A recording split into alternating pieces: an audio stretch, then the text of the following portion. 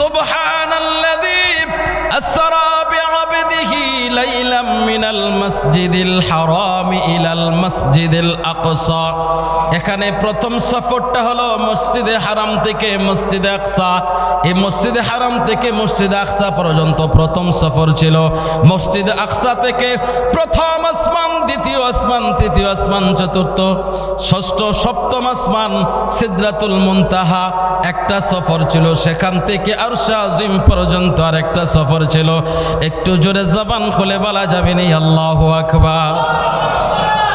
আল্লাহর নবী রাহমাতুল লিল আলামিন এই মাসের 26 দিবাগত রাত 27 জনিতে আল্লাহ রাসূল সাল্লাল্লাহু আলাইহি সাল্লাম যখন ঘুমিয়েছিলেন, আমার আল্লাহ পাক রব্বুল আলামিন হযরত জিবরাইলকে বললেন, ও জিবরাইল যাও যাও আমার বন্ধু রাহমাতুল লিল আলামিনকে আমার বাড়িতে নিয়ে আসো। হযরত জিবরাইল আলাইহিস সালাম আল্লাহর নবীর হুজরা মুবারকের সামনে আসলেন। আসার পরে দেখে আমার রাসূল ঘুমিয়েছে, আমার রাসূল ঘুমাচ্ছে। এখন আমার রাসূলকে ঘুম থেকে জাগাবে হযরত জিবরাইলের সাহস হচ্ছে না। সুবহানাল্লাহ, আরে জোরে বলেন না সুবহানাল্লাহ। হযরত জিবরাইল আল্লাহর রাসূলের কদম মুবারকের সামনে দাঁড়িয়ে রইলেন। হযরত জিবরাইল আমার রাসূলকে জাগাবে, সাহস হচ্ছে না। তার কারণ হচ্ছে হযরত জিবরাইল ভালো করে জানে রাসূলের চক্ষু মুবারক ঘুমাইলেও রাসূলের দিল মুবারক ঘুমায় না। এরে উম্মতি মুহাম্মদ শোনো, আমরা যখন ঘুমিয়ে পড়ি আমাদের ওযু চলে যায়, কিন্তু আল্লাহর রাসূল ঘুমাইলে আল্লাহর রাসূলের ওযু যাইত না। এতে বোঝা যায় আল্লাহর রাসূল উম্মত আর রাসূলের মধ্যে ব্যবধান আছে। কথা বলেন ঠিক কিনা? আমরা ঘুমাইলে ওযু চলে যায়, রাসূল ঘুমাইলে ওযু যায় না। এবার বলেন উম্মত আর নবী কি এক? কোন উম্মত যদি দাবি করে আমি রাসূলের মতো, তাহলে ওনাকে বলতে হবে আপনি ঘুমাইলে ওযু চলে যায় কেন? আল্লাহ রাসূল তো ঘুমাইলে ওযু যায় না। কথা বলেন, আল্লাহ রাসূল ঘুমাইলে ওযু যায় না, কিন্তু আপনি আমি ঘুমাইলে ওযু জায়গা। তাহলে আমরা কি রাসূলের সাথে কম্পেয়ার করতে পারবো? আমরা কি বলতে পারবো আমরা রাসূলের মতো? না, বলতে পারবো না। হযরত জিবরাইল দাঁড়িয়ে আছে, ঘন্টা পার হয়ে যাচ্ছে, রাসূল ঘুম থেকে জাগতেছেন না। হযরত জিবরাইল চিন্তায় পড়ে গেল, আমি তো আল্লাহর হুকুমে আসছি আল্লাহর রাসূলকে আল্লাহর বাড়িতে নিয়ে যাওয়ার জন্য, আল্লাহর মেহমান করে, এখন আমি রাসূলকে কি করে জাগাবো? হযরত জিবরাইল কোনো ভাষা ছিল না ওনার জাগানোর মতো। হযরত জিবরাইল আলাইহিস সালাম কি করলেন, ওনার গাল অথবা দুইটা বর্ণনা আসছে, ওনার জিহ্বা আল্লাহ রাসূলের কদমে লাগাই দিয়েছে। তো এখন বলতে পারেন হুজুর ফেরেশতাদের কি আবার গাল মুখ জিহ্বা হয়নি? আপনি তো কোরআনে পড়েছেন, কোরআনে আল্লাহ তাআলা বলেছেন সূরা মারিয়ামের মধ্যে, হযরতে জিবরাইল যখন মা মারিয়ামের ঘরে প্রবেশ করেছিল তখন একটা যুবকের সুরতে প্রবেশ করেছিল। তাহলে যুবকের সুরতে যদি প্রবেশ করে থাকে, একটা যুবকের হাত পা সবই থাকে, গাল থাকে, জিহ্বা থাকে। কথা বলেন না, থাকবে তো নাকি? তো আল্লাহ রাসূলের কাছে যখন আসছিল জিবরাইলের আকৃতিটা ওইরকমই ছিল। সুবহানাল্লাহ। হযরত জিবরাইল আল্লাহ রাসূল সাল্লাল্লাহু আলাইহি ওয়াসাল্লামের জিহ্বা আল্লাহ রাসূলের কদম মুবারকের মধ্যে হযরত জিবরাইল যখন জিহ্বা লাগায়া দিল, আল্লাহ রাসূলের ঘুম ভেঙে গেল। আল্লাহ রাসূল ডাক দিয়া কয়, জিবরাইল তুমি এটা কি করলা রে জিবরাইল? এরে জিবরাইল, তোমার জিহ্বাটা তো অনেক মূল্য, তুমি সমস্ত পয়গম্বরদের কাছে আমার আল্লাহর বার্তা নিয়ে যাইতা। এরে জিবরাইল, তোমার জিহ্বাটা আমার কদমে লাগায়া দিছ। হযরত জিবরাইল বলে, ইয়া রাসূলুল্লাহ নবীজি, আমার জিহ্বার মূল্য হতে পারে কিন্তু আপনার কদম থেকে মূল্যবান না। জোরে বলেন সুবহানাল্লাহ। ইয়া রাসূলুল্লাহ, ইয়া হাবিবাল্লাহ নবীজি, আমার জিহ্বাটা মূল্যবান হয়েছে আপনি রাসূলের কারণে। আপনি রাসূলের কারণে আমার জিহ্বার মূল্য হয়েছে। ইয়া রাসূলুল্লাহ, তার কারণ হচ্ছে আপনি রাসূলকে যদি আল্লাহ না বানাইতেন, আল্লাহ আপনার রাসূলকে যদি আল্লাহ না বানাইতেন, আল্লাহ না আমি জিবরাইলকে বানাইতো, না মিকাইলের প্রয়োজন ছিল, না ইসরাফিলের প্রয়োজন ছিল, না জান্নাতের প্রয়োজন ছিল, না আদমের প্রয়োজন ছিল। আপনি রাসূলের খাতিরে গোটা কায়নাতকে আল্লাহ সাজিয়েছে। জোরে বলেন সুবহানাল্লাহ।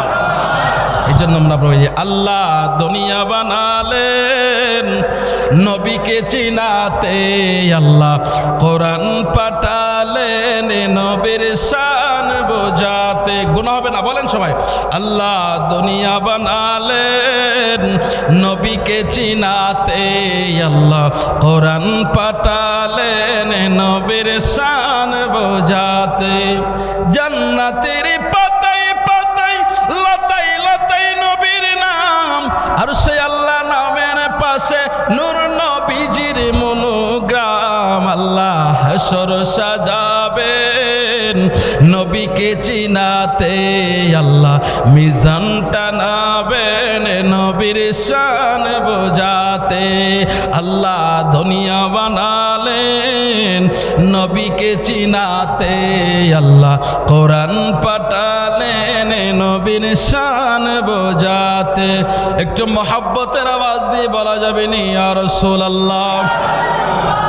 হযরত জিবরাইল ডাক দিয়ে বলে, ইয়া রাসূলুল্লাহ, ইয়া হাবিবাল্লাহ, নবী গো, আপনি রাসূলের খাতিরে আমি জিবরাইলের জিহ্বার দাম বেড়েছে ইয়া রাসূলুল্লাহ। সে রাসূলের কদমের মধ্যে আমি জিবরাইল জিহ্বা লাগাই, আমার মনে হয় আমার জীবনই ধন্য হয়ে গেছে। আমার রাসূল বলে, জিবরাইল কি ব্যাপার, এত রাত্রে কি সংবাদ? হযরত জিবরাইলকে, ইয়া রাসূলুল্লাহ, আমার আল্লাহ আপনাকে দাওয়াত করেছে আল্লাহর সাথে দেখা করার জন্য, কথা বলার জন্য। আরে জোরে বলেন সুবহানাল্লাহ। আবার রাসূল তো সব জানে, মুসা আলাইহিস সালাম যে আল্লাহর সাথে কথা বলেছিলেন, দেখা করার কথা বলেছিলেন, এটা তো কোরআনে আছে না নাই? আরে জোরে বলেন না, আছে না নাই?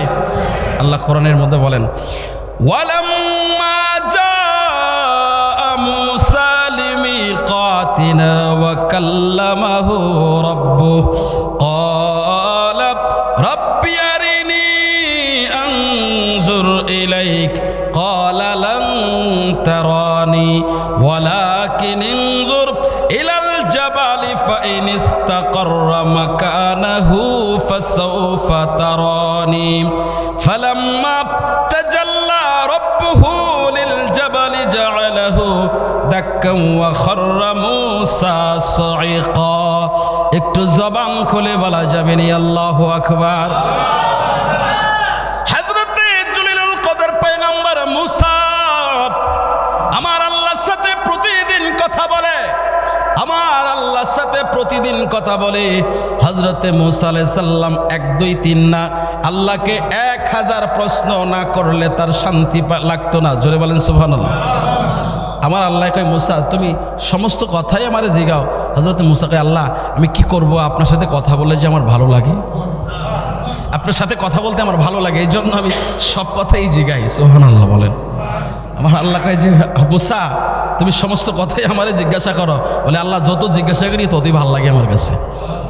হঠাৎ একদিন মূসা আলাইহিস সালাম আল্লাহকে বলছেন, আল্লাহ অনেক দিন তো হলো আপনার সাথে কথা বলি, আপনাকে তো আর দেখি না, দেখে কথা বললে তো একটু আকর্ষণ লাগতো বেশি, আমি একটু বেশি স্বাদ পাইতাম। আল্লাহ কয়, মূসা এটা পসিবল না। সুবহানাল্লাহ। আরে জোরে বলেন না সুবহানাল্লাহ। হযরত মূসা আল্লাহকে ডাক দিয়ে বলে, আল্লাহ এতদিন পর্যন্ত আপনার সাথে আমি কথা বললাম, আমি যত প্রশ্ন করি সমস্ত প্রশ্নের জবাব আপনি আমাকে দিয়ে দেন, আপনি কোনো প্রশ্নকে হিডেন করেন না, সমস্ত প্রশ্নের জবাব আপনি দেন, আমার সাথে এত সুন্দর করে কথা বলেন। কিন্তু দেখতে চাইলাম, দেখা দেওয়ার জন্য আপনাকে আপনার কাছে আদেশ করা, আপনার কাছে আমি আবেদন করলাম, আপনি কেন দেখা দিতে চাচ্ছেন না? হযরতে মূসা আলাইহিস সালামের জবাবে আমার আল্লাহ ডাক দিয়া কয়, মূসা রে তুমি দেখতে পারবে না। হযরতে মূসা ডাক দিয়া কয়, ক্বালা রাব্বি আরিনি আনজুর ইলাইক, আল্লাহ আপনি আমার সাথে দেখা দেন। আমার আল্লাহকে ক্বালা লান তারানি, না রে মূসা দেখতে পারবা না। আর জোরে বলেন না সুবহানাল্লাহ। তো মূসা আলাইহিস সালাম খুব জাদরিল পাওয়ারফুল নবী ছিল তো, আর উনি খুব কৌশলীও ছিল, খুব কৌশলী নবী ছিল। তো তিনি বলছেন, আল্লাহ আমি দেখতে পারবো না ঠিক আছে, কিন্তু আমার দেখার ক্ষমতা নাই এটাও ঠিক আছে, কিন্তু দেখাইবার ক্ষমতা তো আপনার আছে। আর জোরে বলেন না সুবহানাল্লাহ। আমি দেখতে পারবো না এটা আমার গুণ, বা আমার মধ্যে এই ক্ষমতা এই শক্তি নাই, কিন্তু দেখাইবার ক্ষমতা তো আপনার আছে, আপনি দেখান। আল্লাহ কয়, মূসা তুমি বড় নাসরু হয়ে গেছো, দেখার জন্য বড় উতালা হয়ে গেছো, কিন্তু তুমি তো দেখতে পারবা না। হযরত মুসা কয় আল্লাহ এরপরে দেখি না, একটু চেষ্টা করি না। সুবহানাল্লাহ বলেন, আরো জোরে বলেন না সুবহানাল্লাহ। মিয়া এই মেরাজের আলোচনার মধ্যে আল্লাহর রহস্য বেরিয়ে আসে, রসুলের রহস্য বেরিয়ে আছে। তো আল্লাহর পরিচয় সম্পর্কে কি বলবো, এখানে মুজিবুর কাকা বসা আছে, গতকালকে প্রায় 1 ঘন্টার উপরে ওনার সাথে কথা হয়েছে আমার। তো এই ব্যাপারে ওনার ভালো নলেজ আমি দেখেছি। তো আমি ওই দিকে যাব না, আমি আপনাদেরকে কিছু কোরআন থেকে, যেটা সবার সামনে কিছু কিছু কথা আছে, যেমন আবু হুরাইরা বলেছেন আল্লাহ রসুল থেকে আমি 2 বস্তা এলেম শিখেছি। কয় বস্তা? জোরে বলেন, কয় বস্তা? 2 বস্তা এলেম শিখেছি। 1 বস্তা এলেম আমি সবার সাথে প্রকাশ করতে পারি, সবার সামনে বলতে পারি, কিন্তু আরেক বস্তা এলেম যদি আমি কারোর সামনে প্রকাশ করি আমাকে মুশরিক বলে কতল করে ফেলবে। সুবহানাল্লাহ কইতে মন চায় না। মানে 1 এলেম আমি শিখেছি রসুলের কাছ থেকে, এটা সবার সামনে বলা যাবে, কিন্তু আরেকটা এলেম আমি শিখেছি সেটা সবার সামনে বলা যাবে না। তো এই যে 27 বছর আল্লাহ রসুলের সাথে কথা বলেছে, এটা 27 বছরটা আপনাদের সামনে প্রকাশ হয়েছে, কিন্তু কত 27,000 কোটি বছর আল্লাহ তাআলা কথা বলেছেন এটা আল্লাহ এবং তার রসুল জানেন। আরে জোরে বলেন সুবহানাল্লাহ। হযরতে মুসা আল্লাহকে ডাকতে বলে আল্লাহ আমি দেখতে পারবো না, কিন্তু আপনি দেখাইবার ক্ষমতা রাখেন। আমার আল্লাহ কয় মুসা তুমি যেহেতু এত করে রিকোয়েস্ট করতেছো তাহলে তুমি একটু তাকাও, আমি তোমার একটু দেখাই। সুবহানাল্লাহ, তোমার আমি একটু দেখাই। আল্লাহ বলছেন ওয়ালাকিন ইনজুর ইলাল জাবালি ফাইন ইসতাকাররা মাকানাহু ফাসাউফা তারানি। জোরে বলেন সুবহানাল্লাহ। আমার আল্লাহ রাখবে কই মুসা, রে মুসা তুমি আমাকে যদি দেখতে চাও তুমি এক কাজ করো, পাহাড়ের দিকে তাকাও। সুবহানাল্লাহ। ওয়ালাকিন ইনজুর ইলাল জাবাল, তুমি পাহাড়ের দিকে তাকাও। মুসা কয় আল্লাহ দেখমু আপনারে, কথার আওয়াজ আসে উপর থেকে, আমি পাহাড়ের দিকে তাকাবো কেন? সুবহানাল্লাহ। আমার আল্লাহ কয় মুসা রে আগে পাহাড়ের দিকে তাকায়া সেটার ঝলক সহ্য করতে পারো কিনা সেটা দেখো আগে। উপরে তাকাইবা তো তুমি পরের কথা, এখন আগে নিচের দিকে তাকায় থাকতে পারো কিনা সেটা দেখো। সুবহানাল্লাহ। হযরতে মুসা আলাইহিস সালাম যেই মাত্র পাহাড়ের দিকে তাকাইলো, আমার আল্লাহ কয় ফালাম্মা তাজাল্লা রব্বুহু লিল জাবাল, যখন আমার আল্লাহ ফালাম্মা তাজাল্লা আল্লাহর তাজাল্লি যখন, নূরের তাজাল্লি যখন ওই পাহাড়ের মধ্যে আল্লাহ তাআলা একটু ছেড়ে দিলেন, হযরতে মুসা আলাইহিস সালাম তাকায় দেখলেন জাআলাহু দাক্কা ওয়া খাররা মুসা সাইকা, যে পাহাড়ের মধ্যে মুসা দাঁড়িয়ে ছিল ওই পাহাড়টা একেবারে পুড়ে সুরমা হয়ে গেছে। আর একটু জোরে বলেন হযরতে মুসা আলাইহিস সালাম ওই নূরের ঝলক সহ্য করতে পারে নাই, পাহাড়টা জ্বলে গেল। হযরতে মুসা আলাইহিস সালাম অজ্ঞান হয়ে গেছে। সুবহানাল্লাহ বলেন না। মুসা আলাইহিস সালাম অজ্ঞান হয়ে গেছে। মুসা আলাইহিস সালাম অজ্ঞান হয়ে যাওয়ার পর মুসা আলাইহিস সালামকে আল্লাহ তাআলা আবার জাগালেন। জাগানোর পরে মুসাকে বললেন মুসা কি হলো, তুমি না দেখতে চাইলা? হযরতে মুসা কয় আল্লাহ আমি তো পাহাড়ের দিকে তাকিয়ে থাকতে পারলাম না, এত নূরের ঝলক ছিল যে আমার চোখ ঝলসে যাচ্ছিল, আমার পায়ের নিচে থাকা পাহাড়, ওই পাহাড়টাও তো জ্বলে গেল। আরে জোরে বলেন সুবহানাল্লাহ। আমার আল্লাহ কয় মুসা রে আমার 70,000 নূরের পর্দা থেকে একটু খালি উত্তোলন করেছি।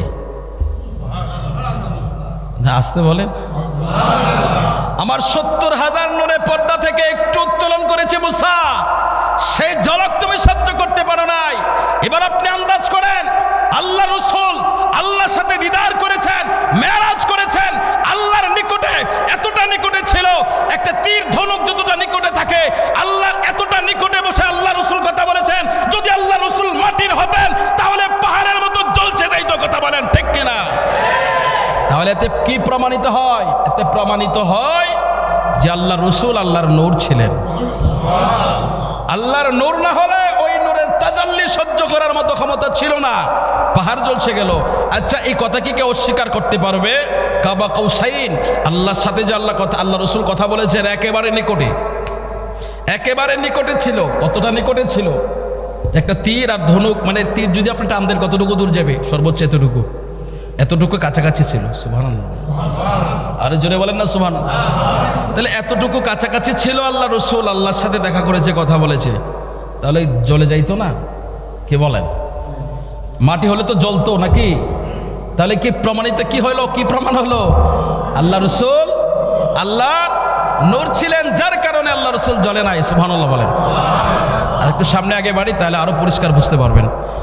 এবার হযরতে জিবরাইল বলে, ইয়া রাসূলুল্লাহ আর দেরি করা যাবে না, রাত্র শেষ হয়ে যাচ্ছে, হুজুর রাতের ভিতরই আপনাকে নিতে হবে। সুবহানাল্লাহ বলেন। হযরতে জিবরাইল বলে, ইয়া রাসূলুল্লাহ, ইয়া হাবিবাল্লাহ, নবীজি, হযরতে মুসা আলাইহিস সালাম আল্লাহর কাছে রিকোয়েস্ট করেছে দেখার জন্য, দেখতে পারে নাই, কিন্তু আপনার জন্য আমার আল্লাহ বাম্পার অফার দিয়েছে, আল্লাহর বাড়িতে যাবেন, আল্লাহর সাথে দেখা করবেন। সুবহানাল্লাহ, আরো জোরে বলেন সুবহানাল্লাহ।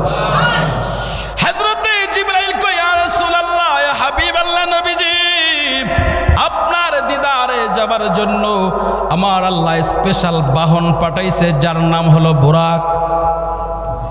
আরো জোরে বলেন না সুবহানাল্লাহ। আমরা অনেক সময় বিলাতে পড়ি নাই, মেরাজে যায় আল্লাহর হাবিব বুরাকে সওয়ার, ওরে বিনা পর্দায় মাকামে মাবুদের দিদার, বলো মাবুদের দিদার। সুবহানাল্লাহ। তো আল্লাহ রসুল বলেন, জিবরাইল তুমি একটু দাঁড়াও, আমি একটু উজু করে নেই। সুবহানাল্লাহ। তো আল্লাহ রসুল উজু করলেন, উজু করার পর আল্লাহ রসুল বুরাকে সওয়ার হবেন, কিন্তু আল্লাহ রসুল উঠতেছে না। হযরতে জিবরাইল বলে, ইয়া রাসূলুল্লাহ কি হলো, আপনি ঘোড়াকে সাওয়ার হচ্ছেন না কেন? আল্লাহ রসুল বলে, জিবরাইল আমার রবের সাথে কথা আছে। আরে জোরে বলেন সুবহানাল্লাহ। আমার আল্লাহ ডাক দেখে, বন্ধু আপনি আমার বাড়িতে আসবেন, এর থেকে বড় আনন্দের, বড় খুশির কি সংবাদ হতে পারে? আপনি কেন লেট করতেছেন? আল্লাহ রসুল বলেন, ইয়া আল্লাহ, আপনি আমার জন্য বাহনের ব্যবস্থা করেছেন, আমি যে আমার উম্মতগুলোকে জমিনের মধ্যে রেখে যাব, আমার উম্মতগুলোকে আমি কার হাতে রেখে যাব? আরে জোরে বলেন না সুবহানাল্লাহ। আল্লাহ আমার উম্মতগুলোকে কে দেখবে? কে দেখবে এদেরকে? আল্লাহ বলে, বন্ধু আপনি টেনশন করেন না, আপনি তো আমার মেহমান, আপনার উম্মতেরও আমার মেহমান। আপনার সেফটি দেওয়ার দায়িত্ব যেমন আমি আল্লাহর, আপনার উম্মতের সেফটি দেওয়ার দায়িত্ব আমি আল্লাহর।